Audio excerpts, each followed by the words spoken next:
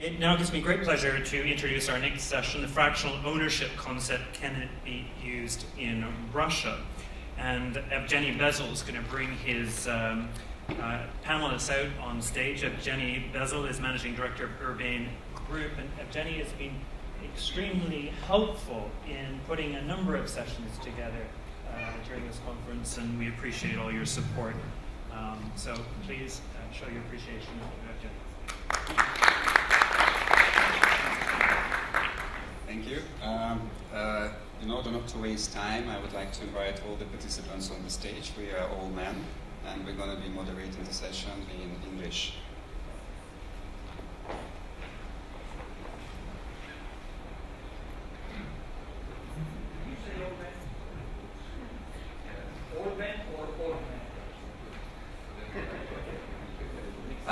Today, as you understood from the name of our panel, we're going to be learning some new words in English for the Russian use. We're going to be talking about fractional ownership.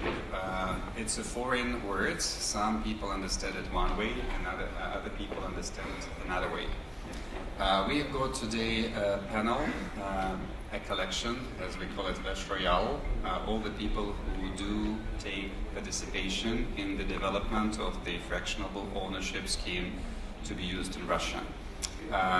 From my left, there is Arkadiy Amelin, founder and CEO of DIMARS Group. Dimitris Manikis, who's, how he calls himself, talking about age, the fractional ownership veteran, bringing over 25 years of experience in this industry, probably more than all of us here combined. Dmitry Makarov, who is the managing partner of the new management company Adwill Hospitality, and Pavel Elnikov, senior associate of DLA Piper.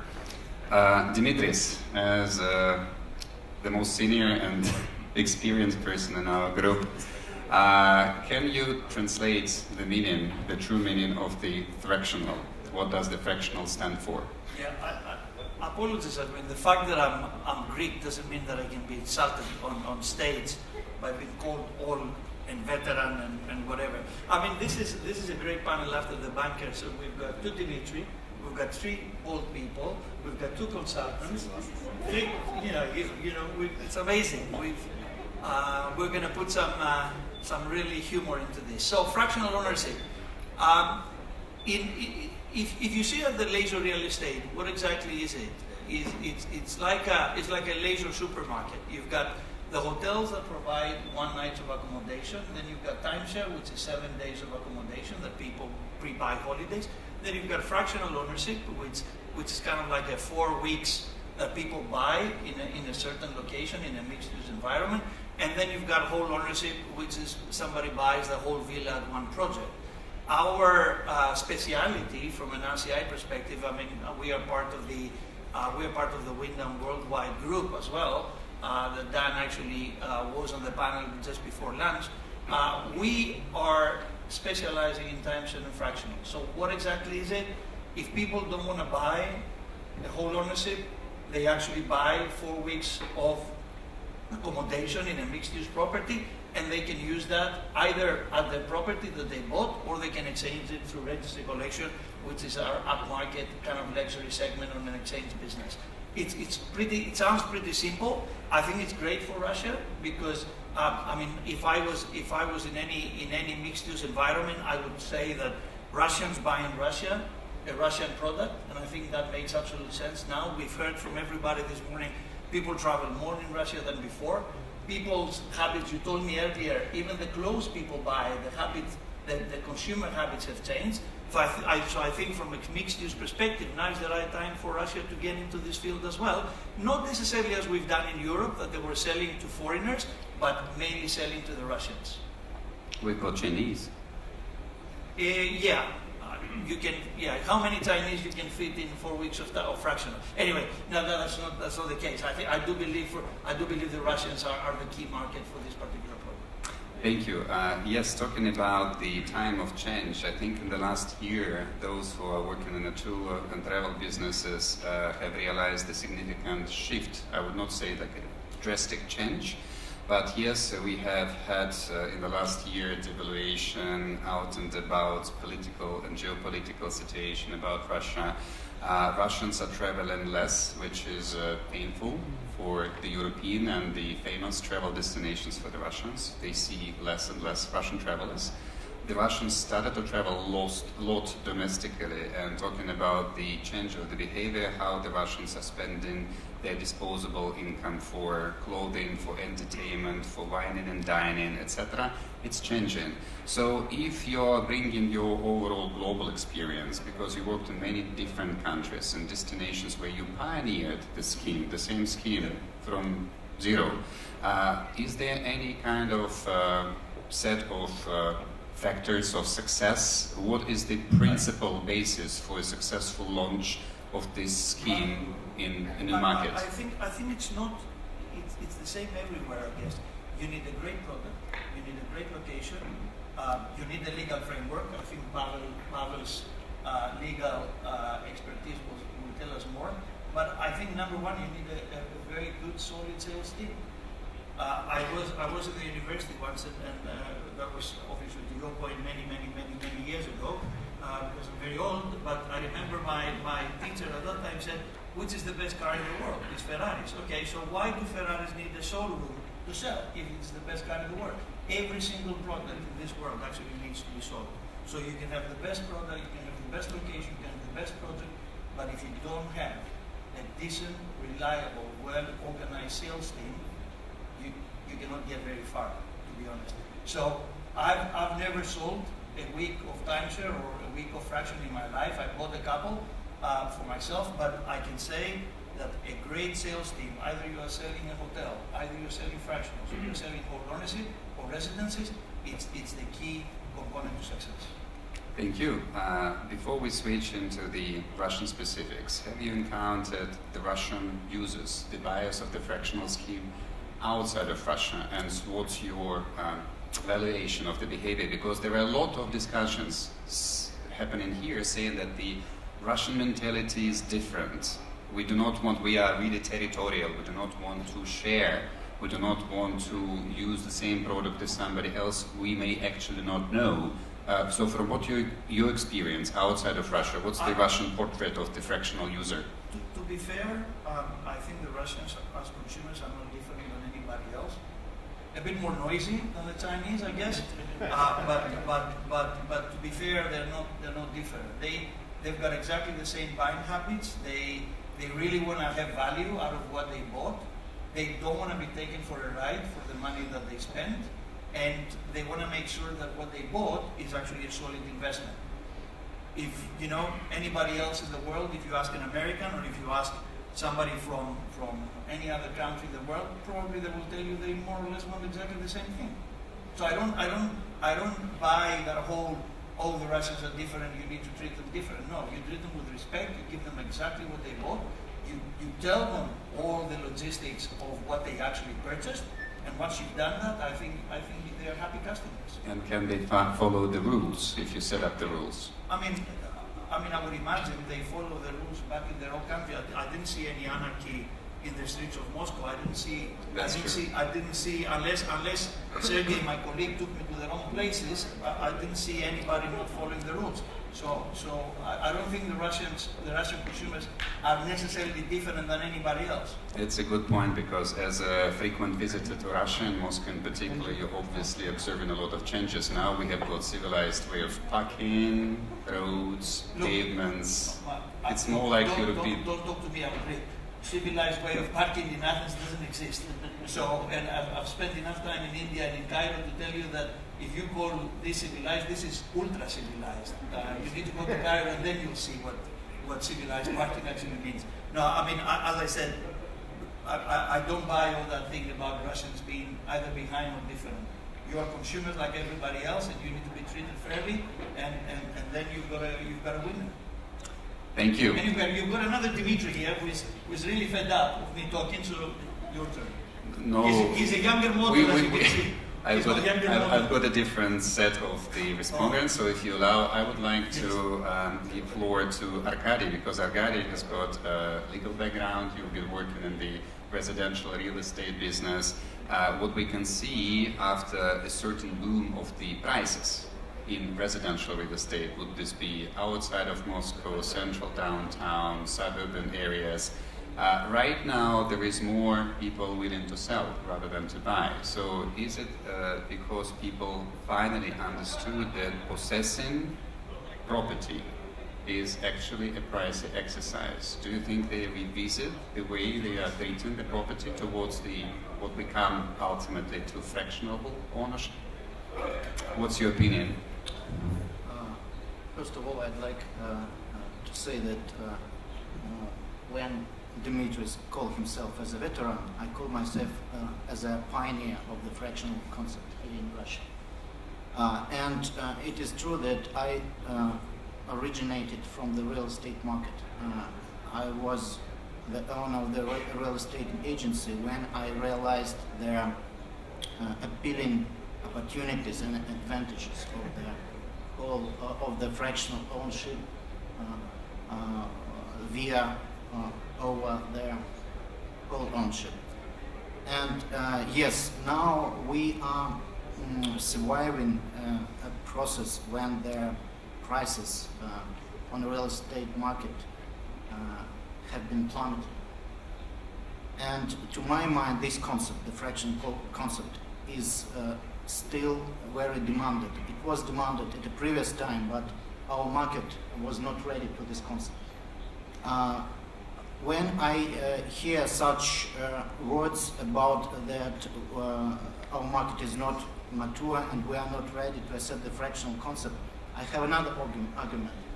I remember the situation when the mortgage was absolutely new concept to the Russian real estate market. And I can say that less than 1% of their deal of transaction happened on the real estate market of the Russia. And not too long ago. It was not long ago. And I heard at that time their words that it's gonna never happen, their mortgage in Russia. And now we can say that sometimes it's about 60% of deal in the market with the involvement of their mortgage. So, to my mind, the fractional concept have their same appealing prospects here in Russia. And I'm sure that very soon we will feel the taste of this concept, because it gives an opportunity to match very wide expectation of potential consumer, of the buyer, especially when we use a mix of different models in a framework of one resort. It could be fractional, it could be whole ownership, condo, timeshare, different options. So in the first place, what I hear, we're talking about a clear positioning and promotion of this product and of the scheme, specifically first and foremost to the investors, owners, who need to be clearly understanding what is it all about. That's why my first question to Dimitris was, what is it? Because most Russian people, especially when you come and talk to banks, investors, developers, this is a very foreign word for them. They do not understand. They don't understand what is in there for them. I know, Arkadiy, that you have got quite a successful track record, and you have got one of your Russian investors with whom you're developing a scheme outside of Russia. Can you mention a little bit about, elaborate on this one? What exactly are you doing? Yes, first of all, I'd like to agree with you that one of the essential moment is to make people aware about the concept, what it means. Because it's not a secret, as a matter of fact, we're still under the influence of the so-called timeshare. It is not a bad word, timeshare. I know that in the West, it's... but it's a bitter aftertaste in Russia. Yes, unfortunately, we had not a proper implementation of this concept. But however, there are some differences between the timeshare, which we met in the previous time, and a fractional concept, because timeshare, this is about tourist market and tourist service, but the fractional concept is about the real estate, the ownership rights. So that's why it's very important to let people know what it means, the fractional concept. And speaking about my experience in this field, first of all, I stepped forward with this concept in 2012. I arranged a visit of the famous American expert, Mr. David Disick, who's also a pioneer. Who was a real pioneer of the fractional concept in the United States. He established the first ever existed private residence club. So I arranged his visit to Russia, and it was a number of business tours around the country, and we addressed to different audience, to developers, to bankers, to state officials, and I can state that the concept looked very interesting and promising to a lot of developers. But strange things that it happens so that now we have more projects outside Russia. We have project in Cambodia. We're in discussion of signing an agreement with Indonesian project, but however we also have a project in Russia. But with Russian investors. Yes, with the Russian owners. So maybe the Russians who are outside the country are more risky than those inside the country. Okay, so but you, if they're talking about the numbers, what was the turning point for the Russian investor, let's say in Cambodia, to take on an advantage and use the fractional approach? Because you proved that the mathematical exercise, how much is going to be more profitable, first of all, less consuming in terms of development, attracting the investment for the fractional, and then profitable for the owner and individual owners. So how did it come in numbers? What was the most convincing point? The most convincing point, of course, regarding developer is maths, the financial calculation. Because you know that selling fractional property could be twice beneficial than selling the whole ownership. And this is the main point. Speaking about Russia, yes, this is of course their main argument when we address to the Russian developers. But what impede them, what prevent them to use this concept? First of all, the most important thing is their legal basis for Russia. And this is, to my mind, the main concern of the Russian developers. We need to give the right launch of the concept, to define the right framework for this.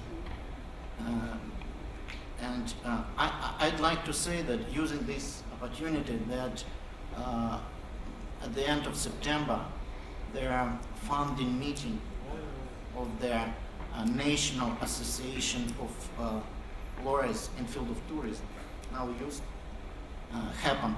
And now I've got the feeling that we have this tool to promote, to secure our interest, and to give birth to this promising model in Russia. Excellent. As we are touching legal, I would like to switch to Pavel. And I know that we have been talking about the approach from which side actually to start using the terminology and bringing up for the improvement and the enhancement of the local legislation. I know you've done some research, and maybe you can elaborate in a few words where we stand now. And Sure. what is the main actually roadmap now to follow? First of all, I would like to recollect on my first time when I actually touched with the, not fractional ownership, but the timeshare experience. It was in the 90s, and my father got into this timeshare story, and the thing is that he got into it twice. So with the same guys basically. First they took the money, then they said that no, the company is now bust, but there was another company who is taking over from the first one, and you need to additionally spend $1,000 US, and you will get what you have ordered in the first place.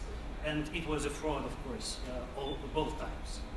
So that was my first, how to say, introduction, yes, into timeshare concept. And I understand that it is totally not in line with reality, at least in the Western world, and not in reality at the modern times. I understand that several attempts to regulate the sphere were taken in more than 10 years ago, but they didn't actually realize into law. Currently there is no legal framework for timeshare or fractional ownership. And speaking about fractional ownership, I don't know how this concept evolved in the legislation of the United States, but generally such concepts, law usually follows the market. Market needs to evolve to a certain extent, then the legislators will try and regulate it.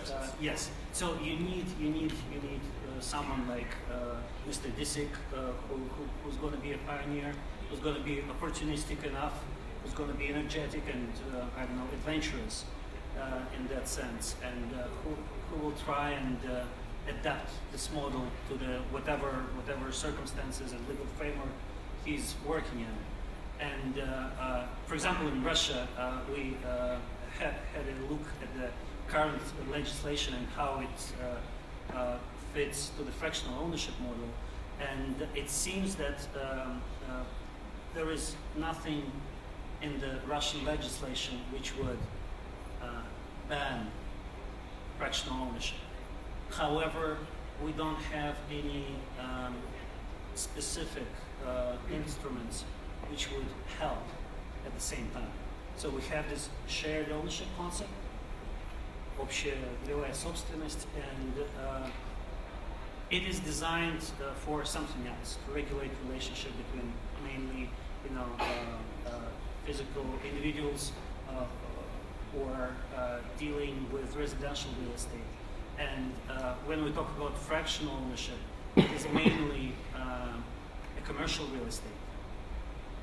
And we believe that you can use this shared ownership model. And of course, there are certain loose points which you need to address. And this is a short list of those. I won't go much into detail, but you need to have a strong feeling that you want to do this project and overcome all those corners and try to make it work under Russian law. But I don't think there is there is a wall which you cannot break. May I add? Sure. So, speaking about the legislation, as a matter of fact, we have a legal basis for the fractional ownership. In our civil code, we have the 16th paragraph, which is related to the shared ownership. By the way, majority of us are the shared co-owners, especially those who are married. In your marriage, you share your property together with your wife, according to our legislation. So, we have the basis. We do have it. The only what is needed now is to make the small step. And so, what is this missing element? The small step. To my mind, our government should make a sign that it is in favor of this concept, because this is the right place and this is the right time, to my mind. So who's going to be the messenger to the government? All of us. I'm trying to make it pass. We're going to come to Dmitry in a minute, but I would like to finish with this one. If this is the only thing which is missing, like a clear message, I think we can also use the platform of the conference as the outcome of our discussion, as a strong proposal to look into this more seriously and say that it doesn't involve too many resources, money-wise, people-wise, that really can people have the beauty and see the beauty of this economic exercise. Because what I understood from Pavel, it's the ball is coming back to the side of the investor developer. Is it the same? Is it the same what you have experienced, Dimitris, outside of Russia? You know what? I just have to say that I'm really concerned about what Pavel said about timeshare. I've been in timeshare for 25 years. I haven't told my mother yet. She thinks I'm a doctor. But I have to say that in terms of the timeshare, yes, there are bad experiences. Like you know what? Sometimes I wonder. I'm Greek in timeshare. What could be worse? I could be Greek and working for Volkswagen. So the reality is, yes, you can have bad experiences, but if you look around the world, all the big brands are in timeshare. All the big brands are having one sort of a fractional residencies or timeshare concept. So I don't understand why somebody would actually go back in the 80s or the 70s and say, oh my God, I had a bad experience. I mean, I have bad experience with my kids and my wife every single day. So what? You know, I don't. To be fair, you're probably 10 years old when your dad was having that experience. But I do believe that the fact that somebody had a bad experience at some point, or there is a unknown kind of myth about the word timeshare, doesn't prevent very solid and very reputable operators to get into this business. I really need to say that because everywhere I go, there are about 15 million people who bought timeshare across the world. All the big brands, Starwood, Sheraton, Marriott, Disney, Wyndham, they're all in timeshare. You know what? It's just another concept together with the fractional ownership as part of a mixed-use property. That's what it is, really. Bad operators, yes, they're everywhere. So what? Thank you. I think this is where we can finally invite to the floor Dmitry, the Russian Dmitry, as we are talking about a new management company, because this is one element which is appearing to be missing in many schemes. So who is finally facilitating, who is finally a connection between the product and the ultimate user, the owner? So Adwill Hospitality, it's a new company in terms of the management company for like hotel and residential schemes, but you have got some background in the gastronomic and restaurant field, and you are now working and finishing the project, which is a mixed use, which is a boutique design hotel, and it's the residences which are going to be offered for ownership. We're not yet talking about fractional ownership, but we're talking about certain rules, because they're going to be all turnkey, all furnished, all finished, and ultimately serviced, either for the use of the owner or to be rented through the hotel. You're happy to speak in Russian if you are comfortable more with Russian to address to the audience, because everybody else will have a translation. Yeah, I think more comfortable for audience if I will speak in Russian. Прежде всего, хотел поблагодарить всех за организацию конференции, за то, что пригласили, поприветствовать коллег по производственному цеху, очень много знакомых лиц и возможность пообщаться. И сама тема фракционной недвижимости, она действительно актуальна и интересна, потому что в рамках традиционной, уже всем известной управления форм собственности, фракционных, для нас это новая история, и новое должно развиваться. А в России как раз мы можем долго подхватывать, но если начинаем развивать, то можем развить это все очень быстро. Здесь прозвучало несколько разных мнений относительно, что главное в, скажем так, в операционной части. Коллеги по панели говорили, что важно это sales, team, кто-то говорил, что важная база это юридическая, да, легальная, кто-то говорил, что были иные мнения, но в целом я считаю, что изначально просто важно, вот каждый, если из вас задаст себе вопрос, готов ли он инвестировать с кем-либо в собственность, которую будет потом с кем-либо делить, и наверняка у большинства из аудитории первый ответ будет нет. Он связан с некой, наверное, нашей общей культурой общества, и которая заканчивается нашей дверью, нашей квартиры, да, то есть все, что в нашей квартире, это мое, а то, что уже за дверью, то, что уже происходит в подъезде, там, на улице и так далее, к сожалению, очень часто мы все там, на это не обращаем никакого внимания и не участвуем в совместном, скажем так, управлении того, что не принадлежит нам. Поэтому помимо прав, которые человек покупает, права на собственность в инвестиционной недвижимости, он получает еще некие обязанности, вот, с которыми как раз могут быть проблемы. И здесь необходимо прежде всего формировать продукт фракционной недвижимости в плане объяснения людям, как это работает с инвестиционной точки зрения, с общественной точки зрения, да, то есть это команда людей, которые владеют, скажем, одной площадью квадратных метров, у каждого есть закрепленное право собственности на это, и как с этим ужиться. И здесь очень высокая роль как раз управляющей компании. И управляющая компания должна быть настолько сильна и мудра, и иметь в этом опыт, чтобы все avoid risk, говорится, да, избежать все риски, которые могут быть связаны с управлением этой недвижимости и с вопросами, которые у собственников могут быть друг другу. Как я заехал, как я выехал, что я оставил после себя и так далее и тому подобное. Этих вопросов будет очень-очень много. Безусловно, с инвестиционной точки зрения это интересно. Ты можешь приобрести себе право владения, квартиру, которая может быть по уровню выше, чем та сумма, которую ты можешь себе позволить. Но помимо этого ты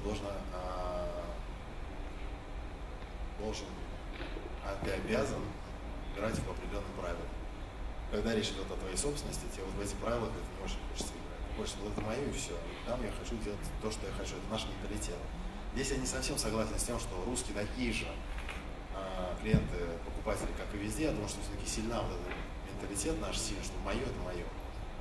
И вот в этом плане вот моя половина, одна половина как бы за историю фракционной с точки зрения инвестиций, а другая все-таки вот наш общий менталитет, он таков, что пока в целом рынок к этому не готов, но просветительскую работу направлена на то, что есть люди, которые могут правильно этим управлять, есть механизмы, есть юридическая поддержка и так далее, но просветительскую работу начинать надо. И то, что мы здесь сегодня все вот это обсуждаем и говорим об этом, в принципе, очень здорово. Вкратце о нашем проекте, в котором нет сейчас фракционной составляющей, но в принципе мы могли бы ее рассмотреть, потому что в целом, если... продажи еще не начались. Да, продажи не начались, но в целом это может быть частью коммерческой стратегии. У нас мы строим бутик-отель на 50 номеров, из них, которые 20 номеров готовые, так называемые апартаменты, мы продаем собственность, и они могут быть включены в номерной фонд, могут быть выведены из номерного фонда, но мы этим управляем. А 30 номеров – это состав отеля, который функционирует постоянно как отель. То есть эти номера не могут быть проданы в собственности. Это постоянный базис. Так как наша компания действительно сильна в некой гастрономической части, и мы делаем этот отель с теми дизайнерами, которые делали для нас такие проекты, как Уголек, Пинч и остальные 20 ресторанов, которые входят в портфель нашей компании, то мы делаем такой очень лайфстайл отель, который прежде всего нравится нам самим. То есть мы хотим сделать отель, в котором комфортно жить, в котором комфортно находиться. И те номера, которые мы делаем на продажу, мы их делаем, ты прав же, под ключ, и мы им можем управлять. И когда человек сейчас покупает недвижимость, время проживания или инвестиционное, он уже начинает задумываться, а сколько он будет платить за управляющей компании, сколько он будет платить с этого налога и так далее. Так как мы позволяем управлять и сказать, давай, ты можешь там часть своего времени находиться в своей квартире, жить, быть твои друзья, а на какую-то часть дней в году ты можешь давать нам, будем управлять как номером и делить с тобой ревеню.